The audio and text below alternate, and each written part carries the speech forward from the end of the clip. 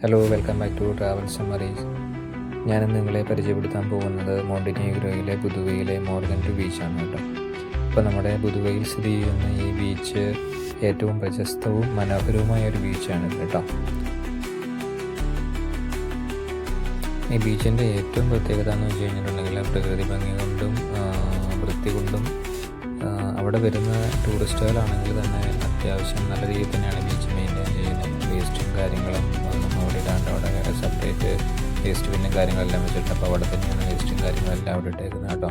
അപ്പോൾ നമുക്ക് ആ ബീച്ചിൻ്റെ ഏരിയയും കാര്യങ്ങളെല്ലാം നമുക്കൊന്ന് കാണാം. ഓക്കെ,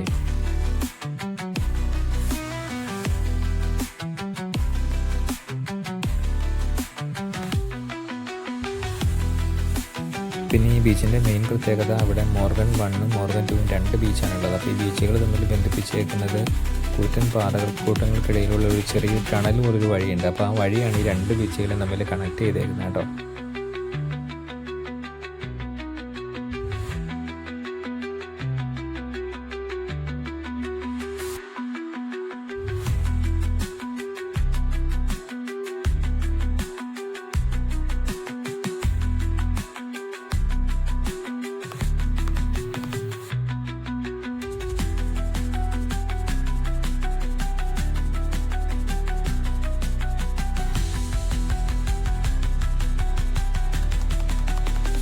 പിന്നെ ഇവിടുത്തെ കടൽ വെള്ളം തെളിഞ്ഞതും ഭയങ്കര ശുദ്ധിയായതാണ് കേട്ടോ. നമുക്ക് കടൽ വെള്ളത്തിലൊന്നും ഒരു ചെറിയ വേസ്റ്റ് പോലും നമുക്ക് കിടക്കുന്നത് കാണാൻ പറ്റില്ല. നമുക്ക് കുളിക്കണമെങ്കിലാണെങ്കിൽ കുളിക്കാം.